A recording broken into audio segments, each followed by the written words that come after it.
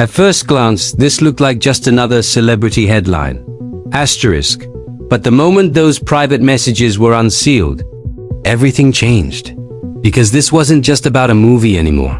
It wasn't even just about a lawsuit. Asterisk, it was about what happens when one of the most powerful private figures in the world suddenly loses control of her own words. Asterisk Taylor Swift is used to the spotlight. Asterisk she's used to rumors, theories, headlines, even backlash. Asterisk but this hit differently. Asterisk according to people close to her. Taylor didn't feel exposed in the usual celebrity way. Asterisk she felt violated. Asterisk like something sacred had been taken from her and turned into public property. Asterisk and if you really think about it, that's what makes this story unsettling. These weren't leaked photos. These weren't staged PR messages. Asterisk, these were raw, private texts between friends, written in moments when no one expected an audience. Asterisk and suddenly, millions of people were reading them. Asterisk it all began when a judge unsealed several text messages connected to Blake Lively's ongoing legal battle with Justin Baldoni.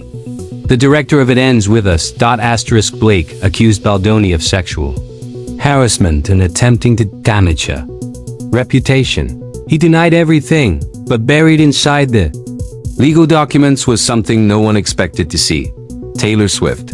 In one message from April 2023, Blake reaches out to Taylor, not as a celebrity, not as a strategist, but as a friend asking for help. Asterisk she asks Taylor to tell Baldoni how excited she is about the movie. Asterisk to hype up the script pages to help shift the energy. Taylor's response was simple. Asterisk she said she would do anything. Asterisk and that single sentence tells you everything about the dynamic between them. Not power, not manipulation, loyalty. Later, after a tense meeting at Blake's apartment, Blake sends another message to Taylor. Asterisk and this is where the story becomes painfully human. Asterisk she calls Taylor heroic, says she recapped every moment to Ryan Reynolds, laughs about the chaos. Asterisk calls Taylor the greatest friend in the world. Asterisk Taylor replies like someone who still can't believe she's loved that deeply. Asterisk she says she won the lottery. Asterisk she says Blake liking her feels unreal. Asterisk these are not the words of someone plotting. Asterisk these are the words of someone emotionally invested in a friendship. But then the tone shifts in later messages. As the lawsuit grows heavier, frustration bleeds through. Asterisk Taylor reacts to a public article about Baldoni, mocking it, venting privately the way people do when they think no one else will ever see it. Asterisk and that's the key word here, privately, because Taylor never expected these messages to leave that space. Asterisk sources say she wasn't trying to get involved in the legal battle at all. She didn't want a role. She didn't want control. She didn't want visibility. She wanted to be a friend in a moment that felt safe.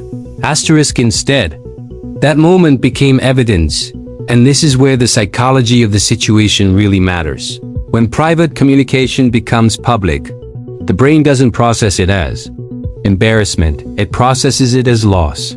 Loss of control, loss of safety, loss of trust in boundaries. Asterisk that's why people close to Taylor say this has been genuinely hard on her, not because of headlines, but because something that belonged only to her was taken out of context and frozen in legal ink forever.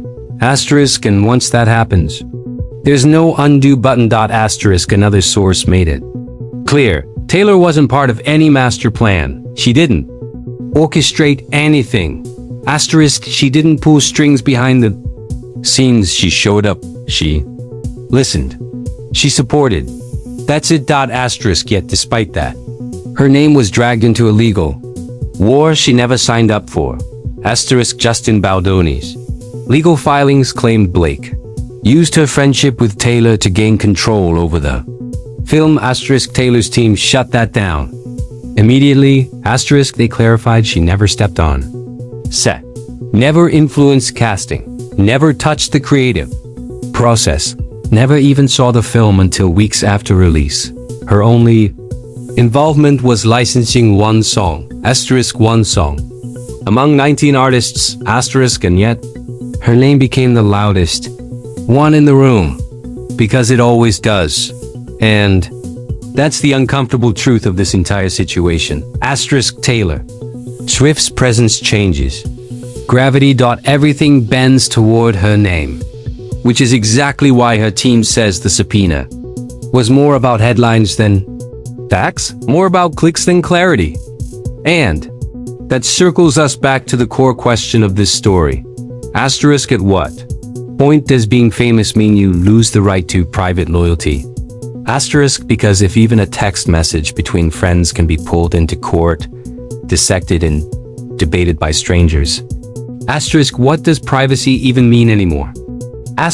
This story isn't really about Taylor Swift, or Blake Lively, or Justin Baldoni. It's about a boundary that quietly disappeared. And the reason this matters is because it sets a precedent. Not just for celebrities, but for how the public consumes intimacy as entertainment. So before you scroll away, ask yourself this. If your most emotional messages were suddenly public. How different would they sound? If this story made you think, hit like. If you want more deep, real breakdowns behind celebrity headlines, subscribe. And tell me in the comments, do you think private messages should ever become public? No matter the case? Because once that line is crossed, there's no going back.